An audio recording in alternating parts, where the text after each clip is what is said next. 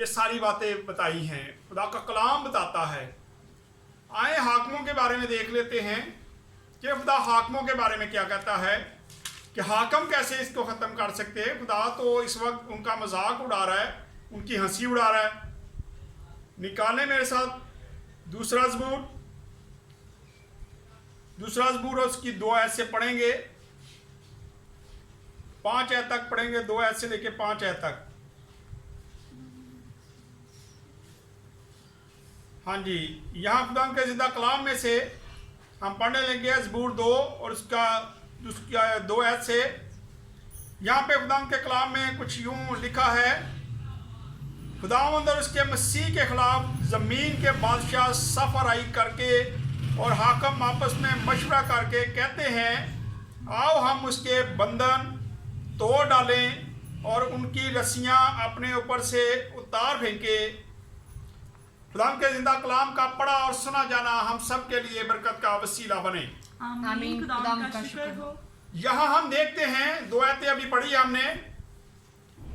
खुदा का कलाम बताता है, लिखा है दुनिया के हाकिम, बादशाह, वजीर, सफीर, जितने भी लोग हैं वो खुदा के खिलाफ और मसीह के खिलाफ सब राई करते हैं, वो सलाह मशवरा करते हैं। जिस तरह के आप देखते हैं कि आज दुनिया के हाकिम, बादशाह, तमाम लोग जो हैं वो सफराई करके बैठे हैं। वो अपने अपने दावों में लगे हुए हैं कि इस वायरस को हमने मौत दे देनी है, इसको हम इस तरीके से ख़त्म कर लेंगे, हमने ये वैक्सीन बना ली है, ये इस वैक्सीन से जाता रहेगा।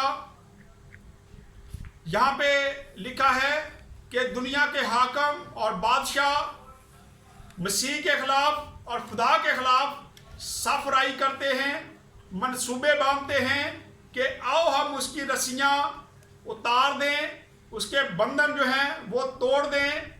खुदा की रस्सियाँ, खुदा के बंधन तोड़ने की कोई जुर्रत नहीं कर सकता।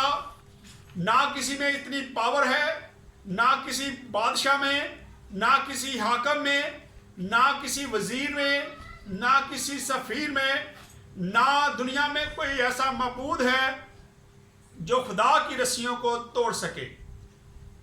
यहाँ पे हम देखते हैं कि दुनिया के हाकिम और बादशाह जो हैं वो सफराई करते हैं और कहते हैं आओ हम मिलकर उसकी रस्सियों और उसके बंधन तोड़ दें। आज 4 आयत पढ़ लेते हैं जरा। तो 4 आयत में क्या लिखा है, वो जो आसमान पर तख्त नशीन है हंसेगा और खुदावंद उनका मजाक उड़ाएगा। मजाका उड़ाएगा यानी कि मजाक उड़ाएगा। यहाँ हम देखते हैं कि लिखा है, लेकिन जो आसमान पर तख्त नशीन है वो तमाम दुनिया के हाकिमों का, तमाम बादशाहों का, तमाम वजीरों का, तमाम सफीरों का मजाक उड़ाएगा। वो आसमान पर जो तख्त नशीन है वो उनकी हंसी उड़ाएगा, उनको बेइज्जत करेगा। और इस वक्त ये सारे काम आपके सामने हो रहे हैं। कोई ऐसा मुल्क नहीं है जो इसको ख़त्म कर सके। ये सिर्फ और सिर्फ इत्तेहाद ही है। जैसे कि बादशाह या हाकिम बताते हैं कि या आप अपने अपने घरों में रहें, अपने अपने घरों में बैठें, एक दूसरे को कम मिले ताकि ये वायरस जो है फैलने से रुक जाए। लेकिन दुनिया के हाकिम और बादशाह जो हैं उनके दिमाग को खुदावन ने सुन कर दिया है, ना वो ये मनादी कर रहे हैं। आज भी अगर बड़े बड़े हाकिम जो हैं अगर अपने मुल्कों में ये मनादी कर दें कि तमाम लोग जो हैं खाकसार बन जाएं, खुदाम के हजूर में झुक जाएं, उससे गिरियाजारी करें, उसको पुकारें और अपने गुनाहों का इकरार करें, अपनी गलतियों को मान लें, तो उस वक्त ये सारा वायरस ख़त्म हो सकता है। जैसे नैनवा शहर के लोगों के लिए लिखा है कि नैनवा शहर के लोगों के लिए खुदा कहता है कि उनकी शरारत जो है वो मेरे हजूर में पहुंच गई है और मैं 40 दिन के बाद उनको तबाह कर दूंगा। और जब वहाँ के हाकिमों ने, वहाँ के अमीर गरीब तमाम लोगों ने जब ये बात सुनी तो वो सारे के सारे टाट ओढ़ कर बैठ गए, खाक में बैठ गए और उन्होंने तौबा की मनादी की, उन्होंने रोज़ा रखा और खुदावन ने उनकी खता को माफ़ कर दिया। क्या आज अगर हमारे हाकम यही मनादी कर दें, या पास्टर साहबान अपने कलीसिया में ये मनादी कर दें, या बिशप साहबान अपने चर्चिज़ में अपने पास्टर साहबान को कहें कि तमाम कलीसिया में ये मनादी कर दी जाए कि तमाम लोग रोज़ा रखें, तौबा करें, अपने गुनाहों का इकरार करें, तो ये वबा जाती रहेगी और ये वबा इसी तरह जानी है और कोई इसका तरीकाकार नहीं है जिससे ये वबा जाए।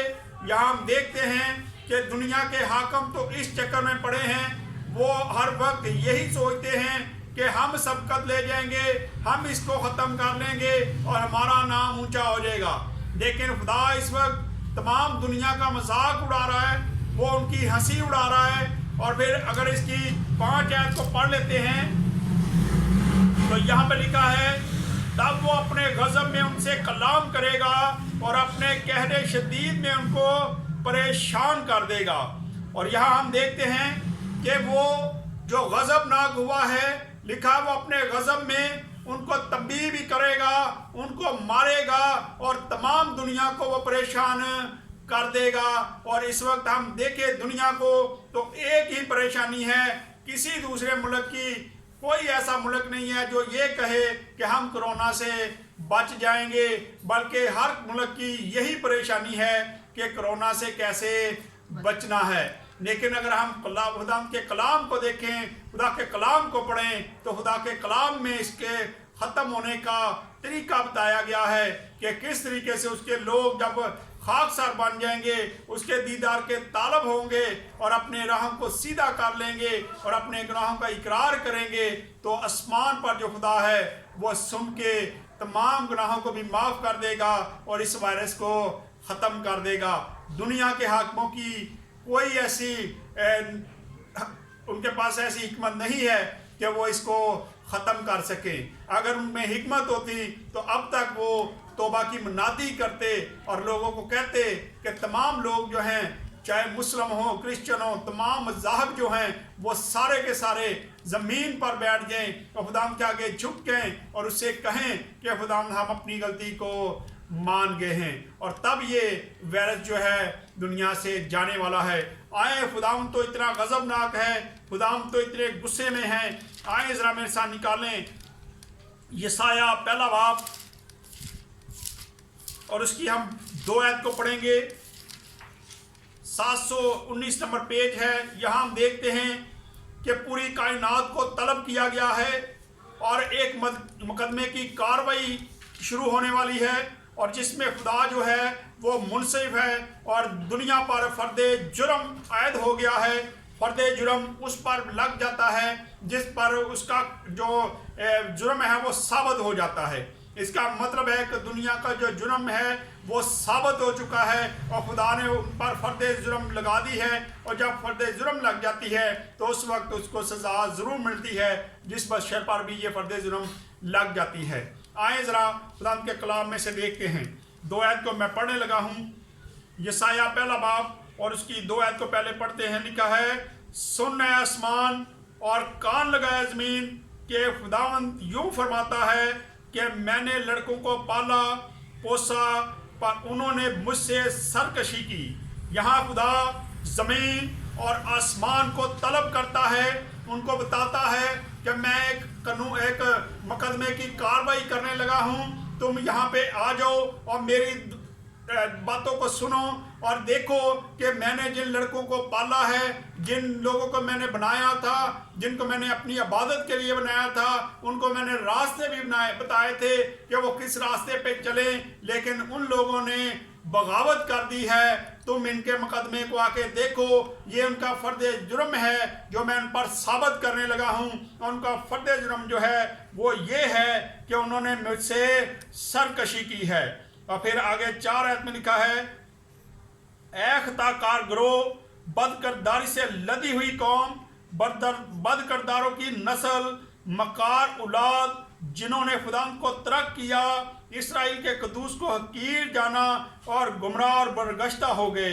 यहाँ हम देखते हैं कि खुदावंद सख्त कलाम करता है वो कहता है कि तुम ऐसा गिरोह हो जो बदकिरदार हो, जो गुनाह से लदे हुए हो, तुमने इतने इतने गलतियां कर दी हैं, इतने गुनाह किए हैं और खुदा ने फर्ज जुर्म जो है वो आयद कर दी है। और जब फर्ज जुर्म लग जाती है तो उस वक्त कैद ज़रूरी होती है, सज़ा ज़रूरी होती है, लेकिन ये हाकम की मर्ज़ी होती है कि अगर वो रहम की अपील की जाए तो वो माफ़ भी कर सकता है। इसलिए दुनिया को चाहिए, लोगों को चाहिए कि इस वक्त खुदावंद से रहम की अपील करें ताकि खुदा इस जुर्म को ख़त्म कर दे और इस वबा को दुनिया से ख़त्म कर दिया जाए। और ये उसी वक्त मुमकिन है जब हम खुदाम के आगे झुकेंगे, और अगर हम खुदाम के आगे झुकेंगे नहीं तो खुदा इस वबा को ख़त्म करने वाला नज़र नहीं आता।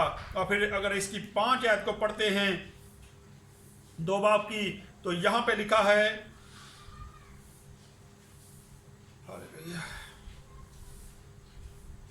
तुम क्यों ज्यादा बगावत करके और मार खाओगे? तमाम सर बीमार हैं और दिल बिल्कुल सुस्त हैं। अगर हम देखें, हम घरों में भी बैठे हैं लेकिन हमारे दिल जो हैं अभी भी सुस्ती दिखा रहे हैं, हमारे सर जो हैं वो सुस्त हैं झुकने के लिए। अगर आज भी हम अपने दिलों को उबारें और दिलों में जानें कि खुदावंद गज़बनाक है और अपने सरों को उसके आगे झुका दें तो खुदा इस वबा को ज़रूर ख़त्म करेगा। आए एक और हवाला देखते हैं, इसकी जरा हम पढ़ेंगे 12 आयत। पहले बाब की 12 आयत को मैं पढ़ने लगा हूं। यहां पे लिखा है, जब तुम मेरे हुजूर आकर मेरे दीदार के तालब होते हो तो कौन तुमसे ये चाहता है कि मेरी बारगाह को रोंदो?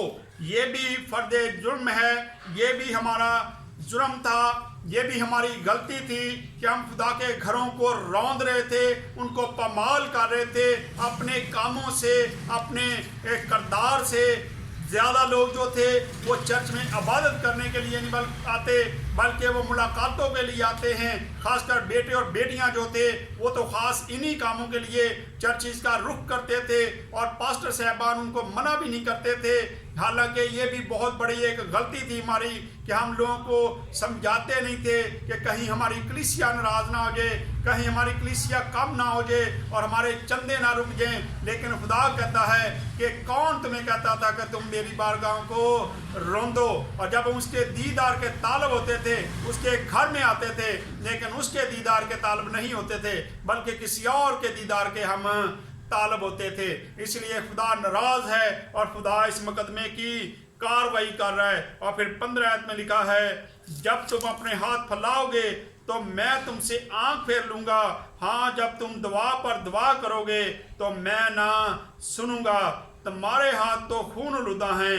यहाँ खुदा कहता है कि जब तुम अपने हाथ फैलाओगे और मैं ना सुनूंगा, मैं अपना मुंह फेर लूंगा, मैं दूसरी तरफ देखूंगा और तुम दुआ पर दुआ करोगे पर मैं तो तुम्हारी दुआ का जवाब नहीं दूंगा।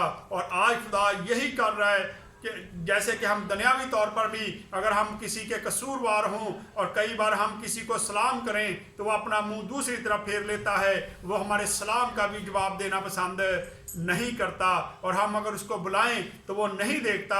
इसी तरह खुदा इस वक्त इतना गज़बनाक है, इतना गुस्से में है। वो कहता जब तुम अपने हाथ फैलाओगे दुआ के लिए तो मैं अपना मुंह फेर लूंगा और तुम दुआ पर दुआ करोगे लेकिन मैं तुम्हें जवाब नहीं दूंगा। ये खुदा के कलाम की बातें हैं। आज हमें चाहिए कि हम खुदा के आगे झुक जाएं, उससे इल्तिजा करें, उसे पुकारें और उसे कहें कि खुदावन तू माफ़ कर दे। और जब हम उसे पुकारेंगे तो वह ज़रूर हमें माफ़ करेगा। आए ज़बूर 2 और उसकी 5 आयत को भी हमने पढ़ा है। वहाँ पर लिखा, तब वो अपने गज़ब में उनसे कलाम करेगा और अपने कहरे शदीद में उनको परेशान कर देगा। आए ज़रा यशायाह 27 बाब को देखते हैं। यशायाह 27 बाब और उसकी पढ़ने लगा हूं मैं 3 आयत। हालेलुया। 3 आयत में लिखा है, मैं खुदावंद उसकी हिफाजत करता हूँ, मैं उसे हर दम सेजता रहूँगा, मैं दिन रात उसकी निगाहबानी करूँगा कि उसे नुकसान ना हो। ये वो लोग हैं जो खुदा से डरते हैं, जो खाकसार हो गए हैं, जो खुदावंद को जानते हैं, जिनका भरोसा खुदा पर है, खुदावंद कहता है मैं उनकी हिफाजत करूंगा। हर वक्त मैं उनको सेंता रहूंगा, उनको सिखाता रहूंगा कि तुमने कैसे ज़िंदगी बसर करनी है। और फिर इसकी 5 आयत को मैं पढ़ने लगा हूँ, तो 5 आयत में लिखा है, पर अगर कोई मेरी तमन्नाई का दामन पकड़े तो मुझसे सुलह करे। हाँ, वो मुझसे सुलह करे।